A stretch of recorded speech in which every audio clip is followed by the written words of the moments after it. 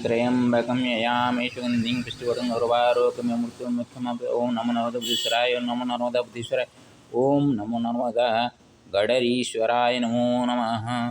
स्वागतम सर्वेषां। 11 जुलाई 2024 गुरुवासर 12:19 मध्याह्न में एक रचना किया था गडरी ईश्वराष्टकम। ये गडरी है तो सामने ईश्वर जी भी विराजमान हैं। यहाँ पर बैठकर विश्राम ले रहा था। मध्याह्न का वक्त है तो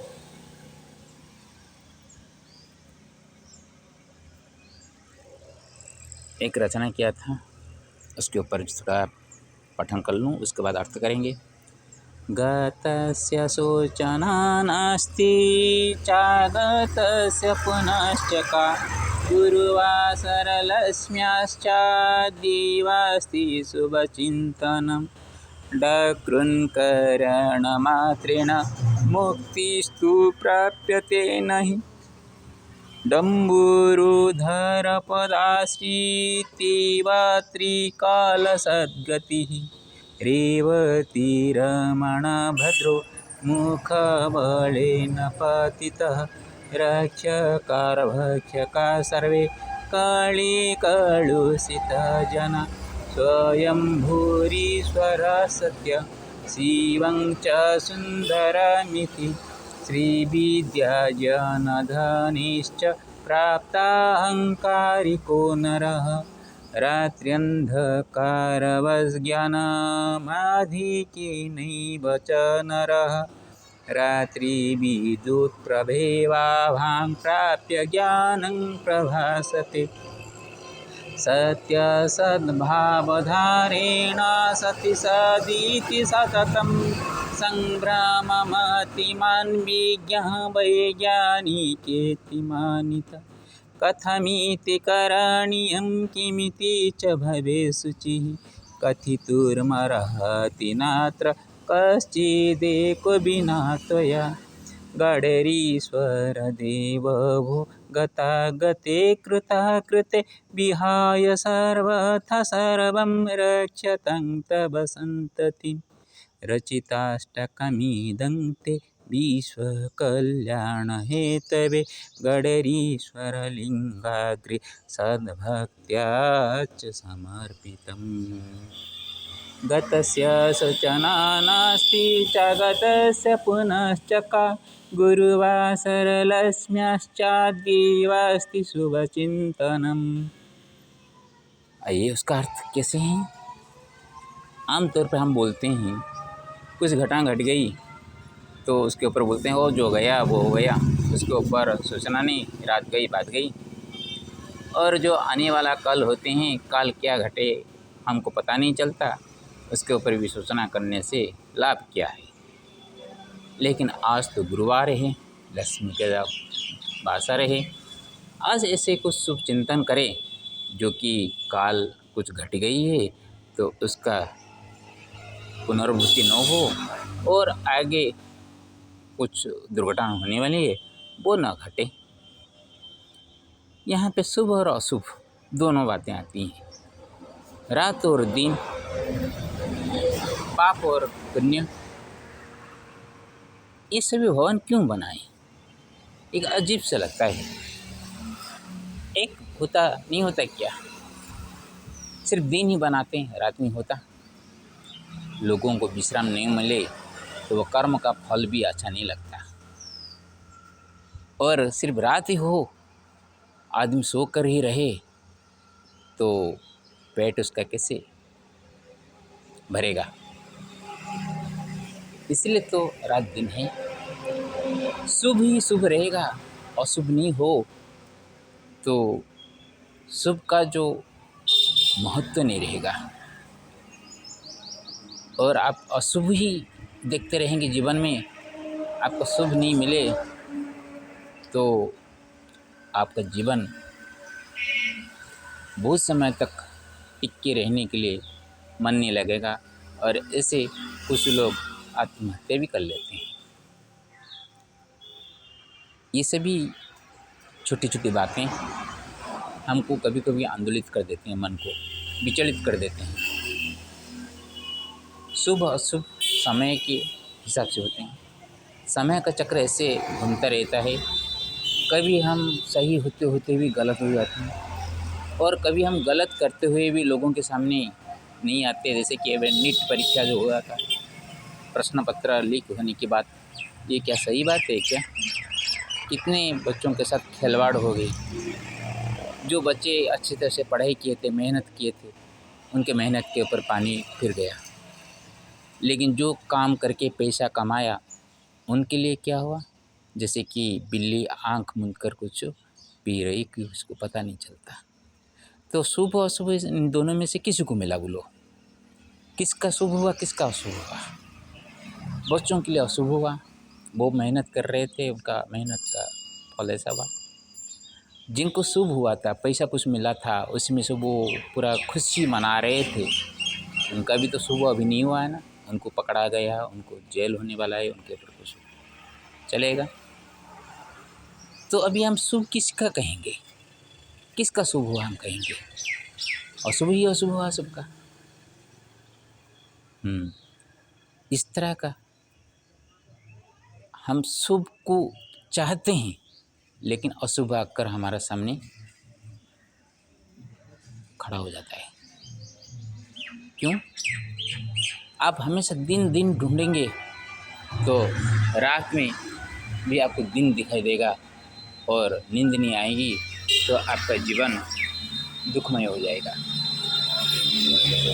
अमृत हम हमेशा ढूंढेंगे तो अमृत ढूंढ ढूंढ कर हम विष ही पीना पड़ेगा। इसलिए कहा जाता है आज का दिन जो है उसी में शुभ का चिंतन का मतलब किसी का मंगल ना चिंतन करना, किसी को बुरा नहीं बोलना, किसी का मंगल नहीं सोचना, यही शुभ का लक्षण होता है। और ऐसा करते करते ऐसे भी लोग हमारे सामने मिलते हैं, बोलते हैं कि हम किसी का अमंगल नहीं सोचते हैं। कौन बोलता है आपका अमंगल नहीं सोचते? आपका शरीर में कुछ नहीं किए होंगे, मन में सोचते होंगे तो कोई दिखता नहीं है। मैं किसी को मारा या पिटा वो तो लोग देख लेंगे, लेकिन मैं आप अच्छा रहे मैं सोचूंगा नहीं। आप मर जाए, आप ऐसा हो जाए, आपका वैसा हो जाए, ये मन की बात मन ही जानता है, दूसरे लोग तो नहीं जान पाएंगे। तो ऐसा कुछ हुआ होगा आप लोगों के साथ, हम लोगों के साथ ऐसे होता है। हम समझते हैं कि हम अच्छा करते हैं, लेकिन सच पूछिए तो हम कुछ बुरा भी सोचते होंगे, इसलिए हम बुरा ही मिलता है। और कभी कभार ऐसे होते हैं जैसे कि अभी बच्चों का क्या गलत था, वो तो पढ़ाई किए थे लेकिन उनका तो नुकसान हुआ। ये नुकसान कभी कभी उनको आगे बढ़कर सही रास्ते में भी ले सकता है। वो कहेंगे ठीक ही है, कुछ गलती हो गई, जो गलतियाँ की हैं उनको तो सज़ा मिलने वाली है, लेकिन हम क्यों उनसे दिमाग ख़राब करें। हम हमारे काम से मतलब रखें। ये सोचेंगे जो बच्चे वो अच्छा आदमी बनेंगे, भारत का एक सुनागरिक बनेंगे, उनसे अच्छी आशा रखी जा सकती है। वो कि अच्छे डॉक्टर भी बन सकते हैं। अशुभ आते हुए भी आप उसको अशुभ न मानकर हमारे लिए एक परीक्षा ये समझ लेंगे तो वो अशुभ भी आपके लिए शुभ बन जाएगा। लेकिन शुभ में रहते हुए हम हमेशा मैं शुभ में हूँ, मेरा अशुभ क्या कर सकता, ये घमंड आ जाए तो कुछ समय में आप अशुभ का बहुत दलदल में फंस जाएंगे। डकृन्करणमात्रेण मुक्तिस्तु प्राप्यते नहि डम्बुरुधरपदाश्रितैव त्रिकालसद्गतिः। ये चरपटे का पंजरी है जो कि मेरे आध्यात्मिक गुरु, मानसिक आध्यात्मिक गुरु श्रीमद् शंकराचार्य जी ने रचना किए थे। कर्मकांड का विद्वान मुंडन मिश्र के साथ उनका शास्त्रार्थ हो रहा था। मुंडन मिश्र हारने वाले थे, उनका पत्नी विचारक रूप में थी। वो कहे पहले स्वामी स्त्री में से स्वामी हार रहा है तो स्त्री है मैं, मेरे को आप हरा देंगे तब जाके मुंडन मिश्र हारेंगे। तब कामसूत्र के ऊपर जो प्रश्न किए शंकराचार्य ने उत्तर नहीं दे पाए, क्योंकि वो बाल्य जीवन से सन्यासी थे। इसलिए वो क्या एक मृत राजा के शरीर में योग मार्ग में अपना आत्मा को घुसाकर वहाँ रानियों के महल में रहकर वो कामसूत्र के ज्ञान प्राप्त करने के बाद वापस भारती जी के पास जाकर शास्त्रार्थ करके उनको हराया। जो शरीर छोड़ के गए थे वो शरीर को अपने शिष्यों को देखरेख में छोड़ रखे थे, और 1 महीने के अंत होने से पहले रात में अर्ध निशा में ये चारपुट पंजरी का जो स्तोत्र जो बनाए थे उसको जोर से पाठ करने के लिए कहा गए थे, और उसको पाठ करने से उनका आत्मज्ञान हो गया कि मैं वो राजा नहीं हूँ, मैं शंकराचार्य हूँ। तो वो अपने शरीर में लौट आए। उसी जो श्लोक बनाए थे वो चारपुट पंजर में जो रचना किए गए थे उसी में से एक ये पद था, डुक्करन करने। डुक्करन करने जो कि संस्कृत में धातु रूप होते हैं, क्रू धातु होती हैं। क्रू धातु को बनाने के लिए जो सूत्र का प्रयोग हुआ जाता है, अष्टाध्यायी जो कि पाणिनि ने रचना किए हैं, शिव जी का डमरू से शब्द जो हुआ वो शब्द से वो माहेश्वर सूत्र रचना किए थे, अष्टाध्यायी रचना किए थे। वो डमरू का शब्द तो डमडम होता है, लेकिन पाणिनि को व्याकरण का सूत्र सभी सूत्र का मतलब होता है शॉर्टकट में लिखा हुआ चीज़ को बाद में उसके ऊपर डिस्क्राइब करना, वो व्याख्या होती है। और भाषा जिसको ऐसे भी परिभाषा भी करते हैं, जो एक एक चीज़ को समझने के लिए और डीपली जानने के लिए भाष्य भी कहा जाता है। वृत्ति भी कुछ है, कुछ नया कुछ जोड़ना वृत्ति होते हैं। एक चीज़ को समझाने के लिए और एक कुछ कहाँ पे सूत्र लगने वाला था वो छोड़ दिए गए हैं तो उसमें मिलाया जाता है। ऐसा होता है संस्कृत का ये व्याकरण शास्त्र, जिसको ज्ञान हो वो जानते हैं। तो व्याकरण शास्त्र सबसे याद रखना और उसको ग्रहण करना इतना सहज नहीं है संस्कृत में।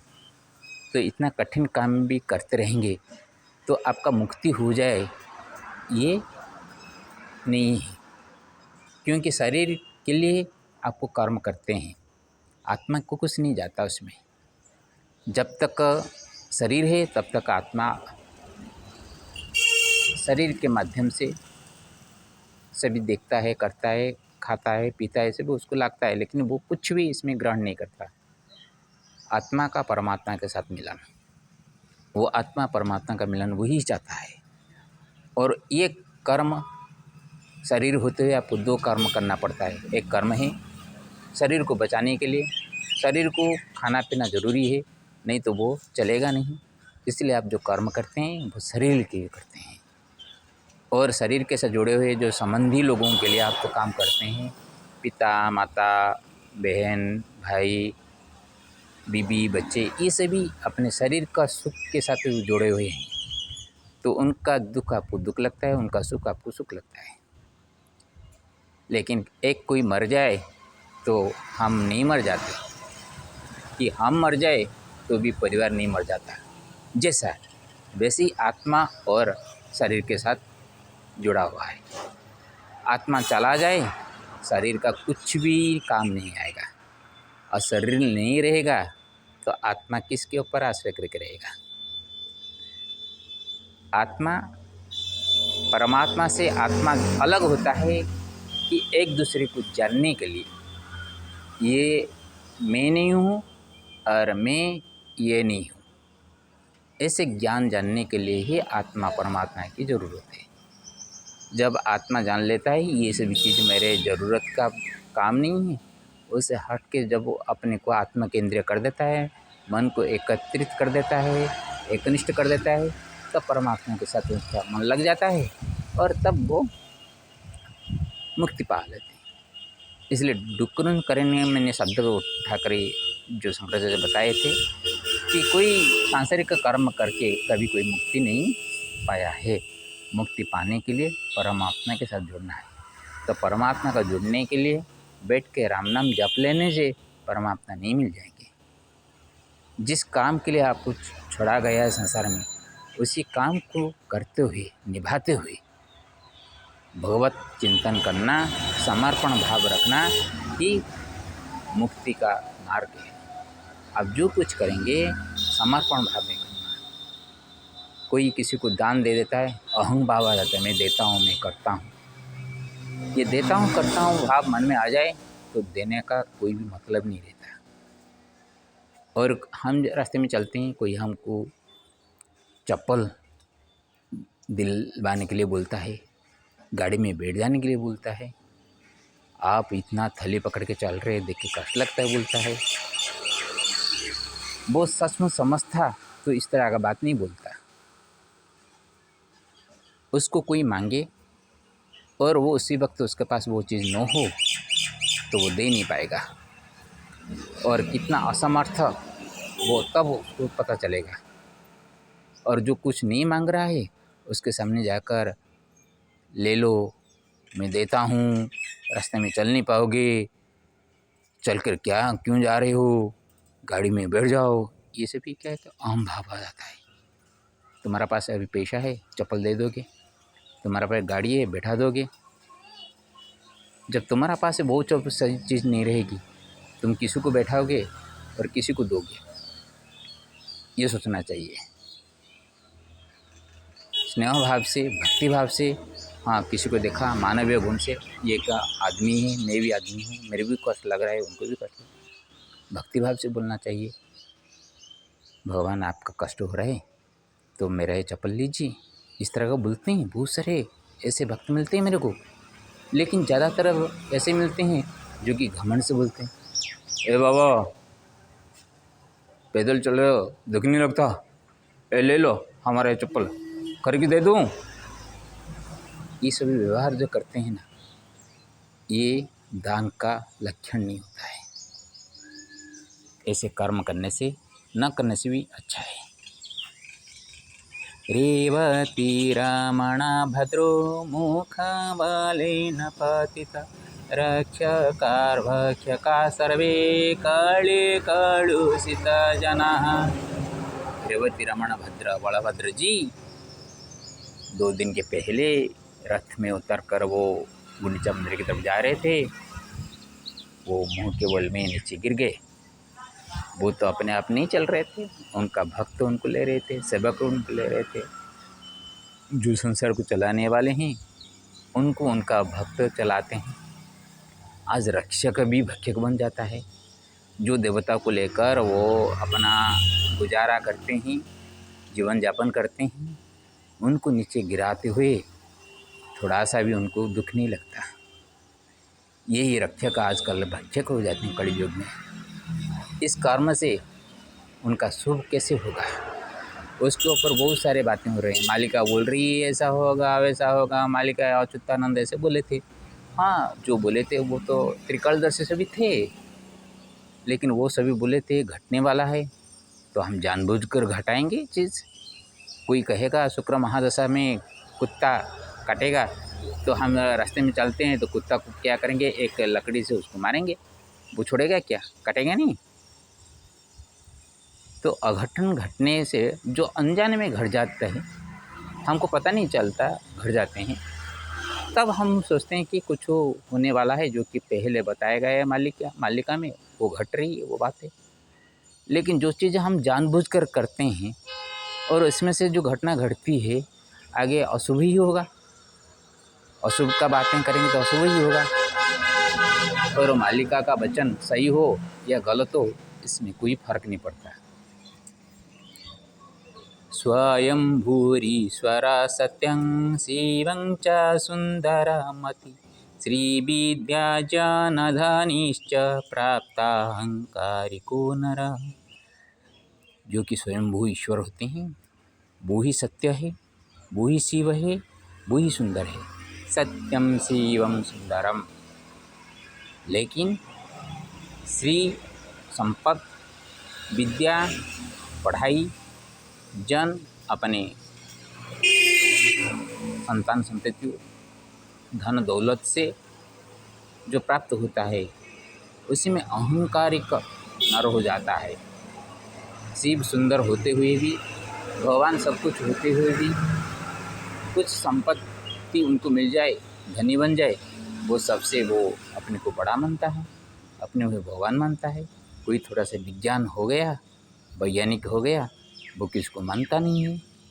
आजकल तो हेतुवादी निकल गए हैं, विज्ञान को इतना मानते हैं कि भगवान का नाम ही कुछ नहीं बोलते हैं।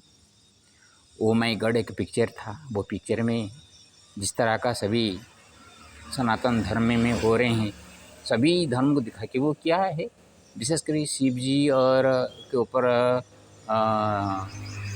दूध डालना, ये सभी को नकारात्मक दृष्टि से दिखा गया। बातें सच है, इसमें थोड़ा सा गलत नहीं है, लेकिन हर एक सच्चाई में कुछ ऐसी भी सच्चाई है जो सच्चाई को कोई भी हजम नहीं कर पाएगा।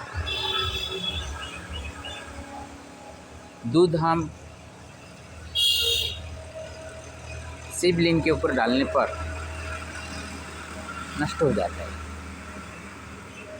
लेकिन शुद्ध भक्ति भाव से, समर्पित भाव से जो चीज़ हम भगवान को अर्पण करते हैं और बदले में हमको जो सुखी खुश मिलता है, वो खुश सिर्फ अपनापन नहीं होता है, किसी को दिखाने वाला नहीं होता, वो ही महसूस करता है उसका फल क्या होता है।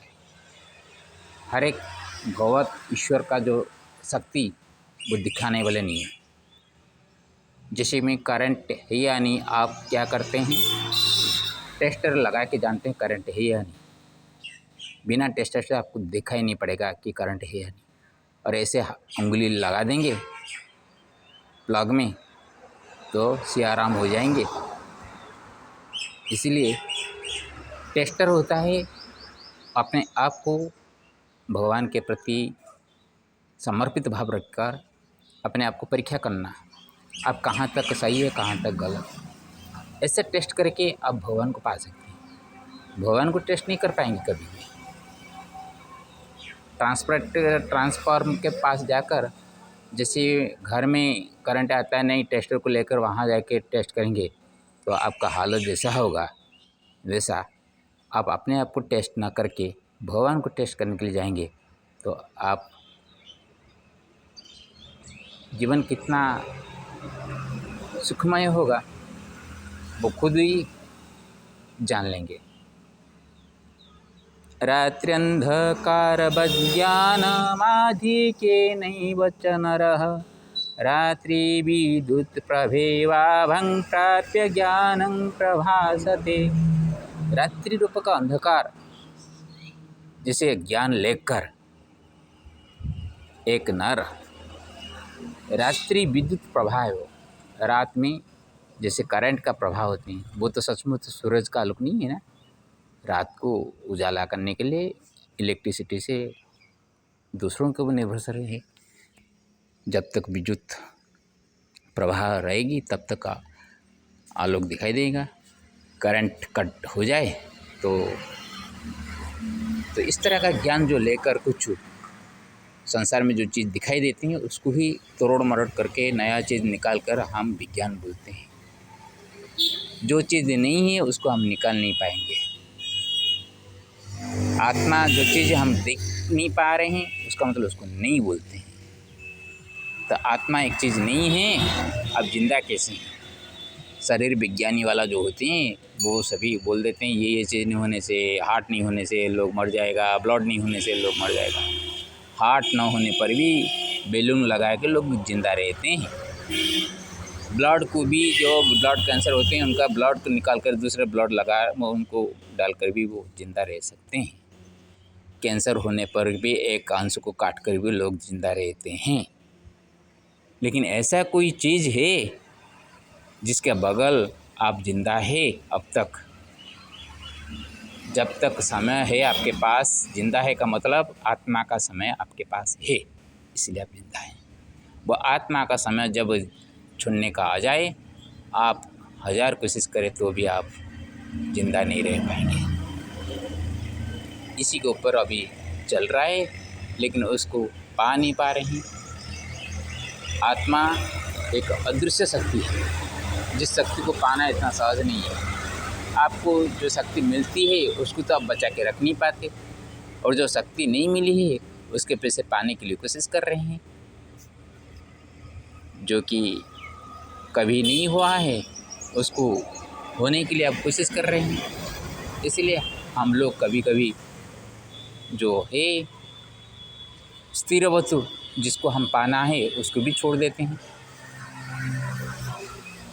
सत्य सद्भावधारेण असति सदिति सततं संभ्रममतिमान वैज्ञानिकेति मानितः। सत्य असत भाव, सत्य का मतलब सत जो है उसी में हम असत भाव को धारण करते हैं। आत्मा में आत्मा नहीं भाव धारण करते हैं। असत्य सत इति, जो चीज़ इसमें नहीं है। बाइक एक हम चलाते हैं, ये असत्य है। आज चल रहा है, उसका कोई पुर्जा खराब हो जाए तो कल चल नहीं पाएगा, फिर भी उसको हम भगवान मानते हैं। उसके ऊपर बैठते हैं, हमारा स्वार्थ हासिल करता है, इसलिए बाइक हमारे लिए भगवान हो जाता है। जो वस्तु हमारा जीवित अवस्था में हर एक समय हमारा साथ रहेगा, कोई ठिकाना नहीं। जो स्थिति हम जिंदा होते हुए हम महसूस कर रहे हैं कि मैं जिंदा हूँ, वो सत्य है, उसके ऊपर हम विश्वास नहीं करते। इस तरह का जो संभ्रम मन रखने वाला जो व्यक्ति, वो बड़ा वैज्ञानिक होता है। क्योंकि जो लोगों का होता है कुछ पाने के लिए, स्वार्थ उद्देश्य पूर्ति के लिए जो जो ज़रूरत होता है उसको पूर्ति करने के लिए ही वैज्ञानिकों का आज मान है। लेकिन सभी चीज़ों में उसका नकारात्मक भाव भी है। जैसे कि जो अभी मोबाइल का देखिए, मोबाइल का कितना ज़रूरी था आज के ज़माने में, लेकिन आज जो मोबाइल तैयार किया, उद्भावन किया था, वो भी दुखी हो गया कि मैं क्यों उद्भावन किया। सभी का उपयोग सही हो तो अच्छा है, और उसका दुरुपयोग किया जाए तो समाज के लिए क्षतिकारक बन जाता है। लेकिन आत्मा एक ऐसी स्थिति, उसको आप ना सदुपयोग में डाल सकते हैं ना दुरुपयोग में डाल सकते हैं। आत्मा को सिर्फ मैं हूँ और मैं जैसा अनुभव कर रहा हूँ, मेरे सामने जो व्यक्ति है वो भी मेरे तरह ही होगा। मेरे को जैसे दुख लगता है उसको भी दुख लगता है। मानवीय भाव रखना चाहिए। मानव होकर मानवीय गुण नहीं रहेगा तो वो पशुओं की तरह होगा। पशुओं जो चीज़ है वो उनको पता नहीं चलता, वो अपने आप को मुँह नहीं बोल पाएंगे, मैं नहीं बोल पाएंगे, मैं ऐसा किया वैसा किया, उसको वो गर्व नहीं कर पाएंगे।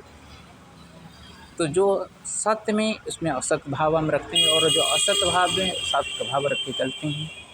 और ये भ्रम मति से ही हम स्वार्थ को हासिल करने के लिए जो जो नया नया चीज़ बना के लोगों के सामने प्रस्तुत कर देते हैं, तो वैज्ञानिक बन जाते हैं। कथमिति करणीयं किमिति च भवेत्सुचि कथितुमर्हति नात्र कश्चिदेको विना तुया। हे प्रभु, आपके बिना इस संसार में कोई एक ऐसा नहीं है जिसको वो सोचना हो कि ये मैं कैसे करूं, क्यों करूं, और ये कैसे शुद्धि, क्या करने से शुद्ध हो। इस तरह का चिंतन करने वाला सिर्फ आपके बिना इस संसार में और कोई नहीं है। इसलिए हे गणेश ईश्वर, मैं आपके पास प्रणाम करता हूँ कि लोगों को इस तरह का सद्बुद्धि जो कि लोग समझे वो जो कर्म कर रहे हैं वो कर्म से कितना अपना भला होता है और पराये का बुरा होता है।